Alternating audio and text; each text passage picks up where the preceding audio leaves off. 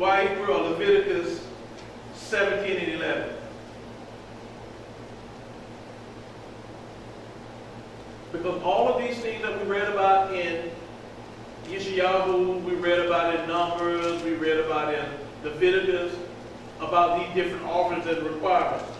You notice that when we get to the brit Chadasha or the Messianic teaching, you notice that the theme does not change. It's still saying the exact same thing that we were discussing back in Torah.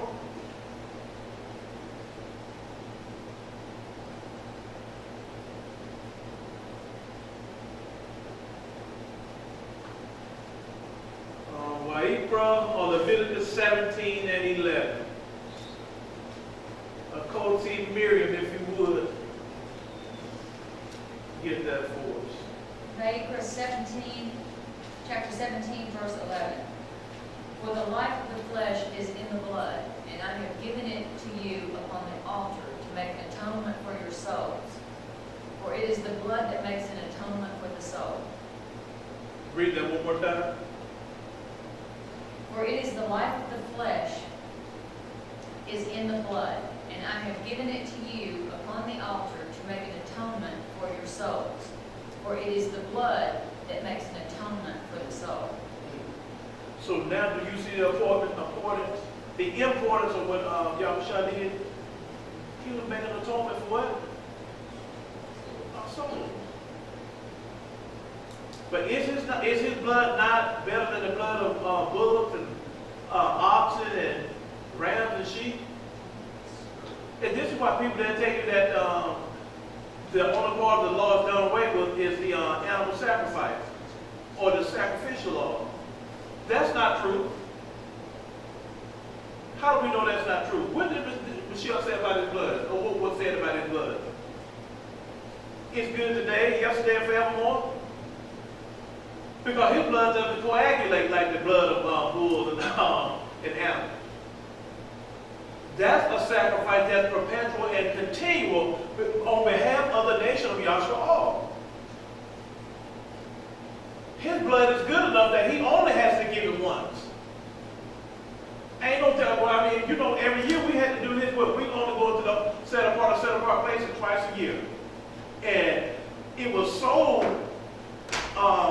important that we do this, but people don't understand how much stress it was on a Levitical or Levite priest, and especially the high priest, the one that had to take this blood into the set-apart place and sprinkle on the mercy seat on.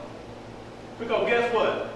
What happened if by the time he left or entered into that place, into the temple, with the blood, to get to the mercy seat to sprinkle the blood, if that blood had coagulated, what was going to happen to the priest?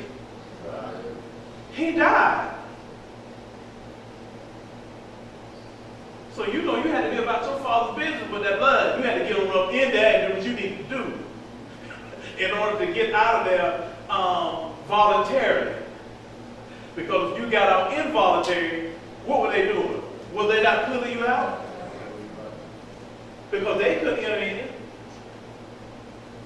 So you see how stressful this was. Now, let me tell y'all something. There was nothing lackadaisical in just, what's the term I want to use? Nonchalant about these commands he gave us and the order and how we were supposed to do things. They had to put, go ahead, Aki. Already when you use that word sprinkle, I looked it up in the Strong's, and it don't mean what we think it means sprinkle. Mm-hmm. It means splash. Oh, yeah. So the priest was blood when he came out of it. Oh, yeah. And that's what it was, what we call in English, a bloody mess. Yes. If Mashiyach meant it to, Yahuah meant for it to be that way.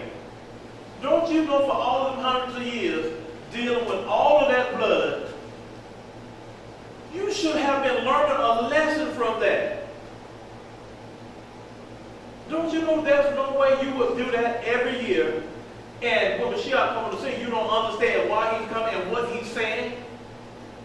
The whole purpose of that blood was to remind you of what had to be done on your behalf. Because you notice that there were no Israelites being cut up for this blood, but it was always an innocent party giving its life on behalf of a guilty party. But you know, we never could see the big picture. Dealing with all that blood like that, sooner or later you should be like, wait a minute now. We need to really see the detriment of what happened, of what we did, and the detriment of the offense that we made. That was a great offense for that to take place like that. We're talking about 70 bulls. Do y'all know how much blood that would have been? 70. And we ain't talking about 2 or 3 little cups of blood coming out of these animals. We talking about some blood. Okay, then let's go to Yahuah, 1 John, or Yahuah, verse 7. 1 John, chapter 1, verse 7.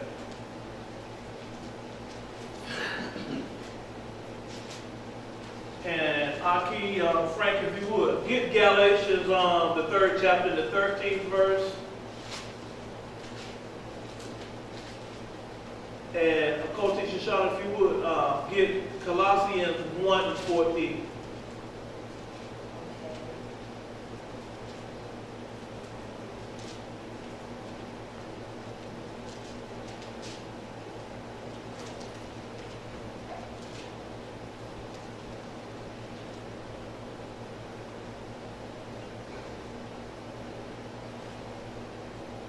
Whoever has the first Peter, go ahead and read that. I mean, 1 John, I'm sorry.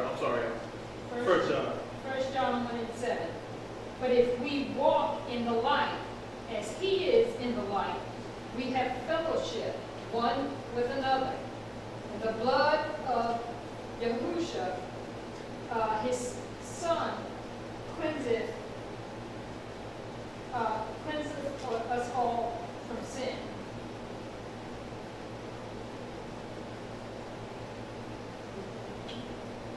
That's it, right? Okay, yeah, so the blood of Yahusha, his son, it does what? It cleanses us of our sin, or what? It puts us in a place of forgiveness. Okay. Galatians 3:13. Galatians 3. Oh, hold on. Go ahead, Maury. Maury, one quick scripture before you bring that up, because it's very important. Yes, sir. In 1 John, 2nd chapter, verse 2, this will be real quick. And he is the propitiation for our sins. So that would be the same thing then as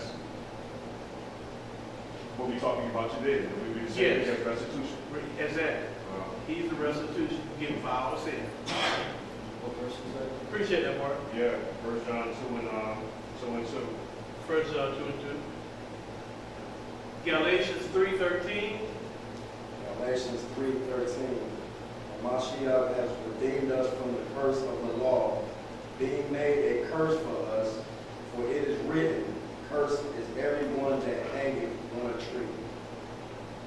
You notice that Mashiyach, Yahusha, he has redeemed us from the curse. Y'all see how this thing keep playing? He has redeemed us from the curse. He took on these things. He became a curse that we will not carry these things. We can return back in the covenant relationship with the Father. Wow. Colossians 1:14. Colossians 1:14, in whom we have redemption through his blood, even the forgiveness of sins. We have redemption through his blood and forgiveness of sin. Let everybody say hallelujah. Hallelujah. Hallelujah. Hallelujah. Hallelujah. We're going to turn it in the hands of our senior Maury Kasaba. Come on, let's give him a hand.